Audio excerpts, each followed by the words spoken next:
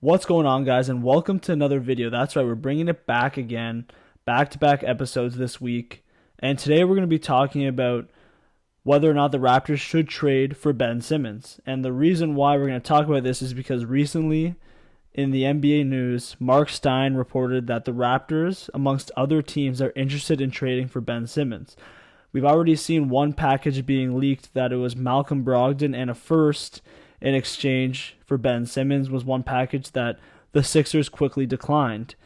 Given that, we're going to propose a package that's going to be a little bit better, and we're going to talk about whether or not the Raptors should trade for Ben Simmons, the implication of this trade, all the usual stuff. And I think let's just jump right into it, guys. Let's go. First of all, there have been reports that the Raptors are interested in trading for Colin Sexton. Don't even get me started into the Colin Sexton bucket because I don't think Masai Ujiri will make this type of trade. He's an inefficient player. We know that. I don't have his stats pulled up right now, but I bet you he shoots around 40% from the field. He is not an efficient player, and he's the classical empty stats, bad team guy. The one reason that I would be comfortable trading for him would be his work ethic, and I've listened to him on the JJ Redick podcast. I think it's called The Old Man and the Three. And he just seems like a really likable player, has a high work ethic, but people don't like playing with him because he just takes all the shots, right? He's on a bad team. That's what you're supposed to do, make a name for yourself, get paid, but I would not want to see him on the Toronto Raptors. I think that their timeline doesn't quite match up. The Raptors are somewhat in that early stage where they're going to start contending in a couple years, given their current roster construction. Obviously, the retool sort of been on the fly this year for the Toronto Raptors, and in following years, it's going to be interesting to see how this team sort of builds together, especially because you've got two different eras, right? You've got the Fred VanVleet, Pascal Siakam type players who are in their 27-year-old, they're just hitting their prime, want to be competing right away. But then you've also got the Trent Jr., OG Anunoby, Malachi Flynn type of players, and obviously this fourth pick as well is going to be substantiated in there, which is just a combination of guys who are a lot younger in that 21 to 23, 24-ish age range, who are going to hit their peak maybe in 3-4 years from now. So it's nice to have a combination, but it's also nice to pick a direction. And I think that the Raptors are going to do that soon. And that's why this Ben Simmons trade makes a lot of sense for me. You want a guy who's established, who fits in that age range.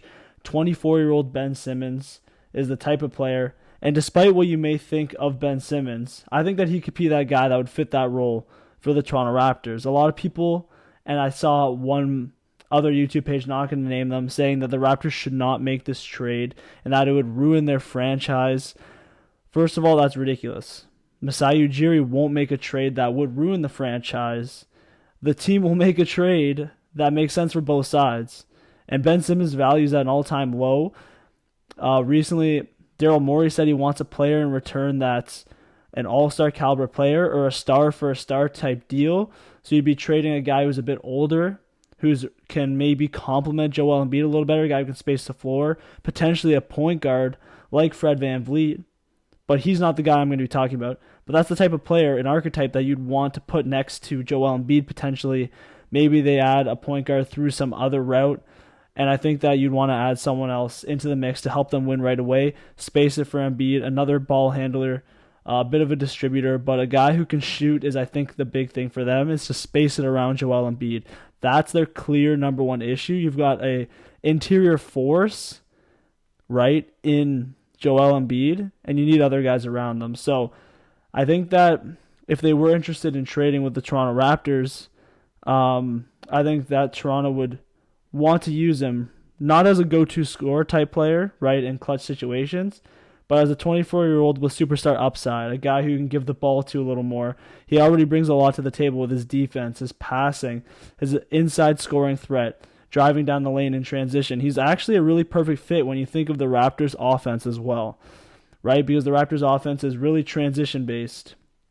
They aren't really great in the half court, so he doesn't solve the half court issue.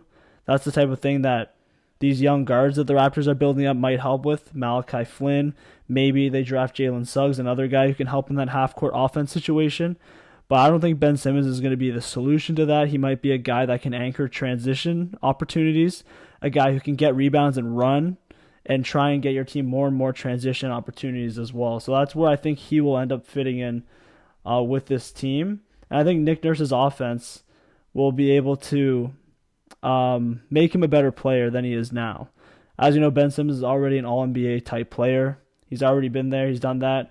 And I think in a fluid offense, like I said, with a lot of transition, the Raptors offense has a lot of screen action, good spacing, good shooting generally, and a team that passes a lot.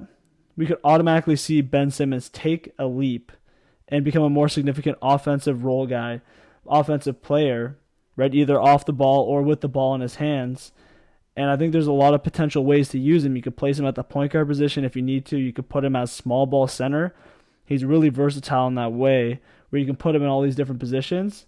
And as we know, he has been playing with Joel Embiid for a long time. The spacing there is not good between those two. We've known for a while, or at least theorized, that those two can't win a title together. And I think this year it kind of accumulated when they lost to the Atlanta Hawks, a team they shouldn't have lost to, a team that I thought would lose in 6 games to Philly, but they weren't able to close the deal. And a big reason why isn't Joel Embiid's fault. A lot of the blame gets pushed to Ben Simmons because we see the play at the end where he doesn't dunk it and he passes it when it's an open dunk.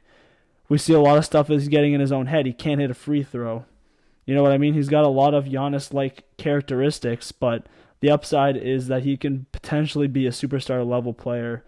Not as good as Giannis, but obviously a guy that has similar traits to him where he doesn't really shoot, can't really shoot. The difference is obviously Giannis does take those shots.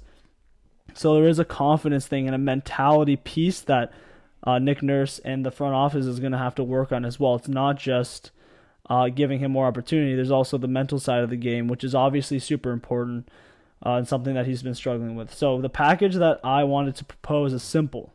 It's Ben Simmons for Siakam and DeAndre Bembry. This works in terms of cap space. And I think that you're basically trading a max slot type player for a max slot, so the Raptors won't have a lot of tax implications for this trade. Obviously, Ben Simmons' contract becomes significant and is all the way till 2025, so it's going to be a significant investment by the Raptors, because if he doesn't play out, it could end up being bad. Like I said, that's one of the risks that you run, but if you believe in Ben Simmons as a player, you would take this risk with the idea that him at his worst is still almost worth it, considering how good he could potentially be as well and how good he's been in years past. So when you do make that trade, you end up with a roster of Fred VanVleet, Trent Jr., OG Anunoby, Ben Simmons, Khem Birch, and then you've got Malachi Flynn, the 4th overall pick, whoever that may be, Chris Boucher, as your sort of staple bench guys as well. So you've got an 8-man roster. You've added young talent automatically through the 4th pick, through Ben Simmons. This is under the assumption Lowry just walks. Obviously, that's a whole nother conversation I'm not going to bring into this episode. But that being said, you still got an 8-man rotation with really good talent, young guys, a solid center, a solid backup big, Ben Simmons, who you can play versatility at the 5 as well in crunch time, and maybe you bring in a guy like whoever the 4th overall pick may be. Maybe Jalen Suggs comes in as a guard to substantiate that starting lineup. Maybe it's Malachi Flynn gets that opportunity this year as a second-year player. But I think you've got a young core now that you've put together with 5 high upside players. Those players being Trent Jr., obviously in his early 20s, OG Anunoby, Ben Simmons, Malachi Flynn, and then potentially that 4th pick as well. So you've just got so much more talent on that roster, and then you've got Ben Simmons, who could be a superstar, potential player. And I just think it's an interesting trade to consider as a Raptors fan. I don't know if you get much better for Pascal Siakam in terms of young, up-and-coming stars. I think he's the best available young star, and I even heard a lot of talk. I don't know if any of you guys listen to the No Dunks podcast, but I remember hearing Trey Kirby talk about how this could potentially be an opportunity for Ben Simmons, because he has higher upside than Pascal Siakam. If you were to switch those two guys, the upside of Ben Simmons is significant, and Siakam is the type of player you already know what he is. But I want to hear what you guys think. We're going to keep this episode short, 10 minutes. Thank you for listening. Let me know in the comments whether you think the Raptors should consider trading for Ben Simmons, or if you think that they should pursue a different avenue or just keep the core together and run with it next year. I'm open to all of these ideas. I do think that a Ben Simmons trade is interesting, and I would love to see how it plays out. It could end up being a big risk, but I think that you could end up trading him anyway in the future as well for other types of assets. But thanks for listening. I will catch you guys on the next episode. Peace out.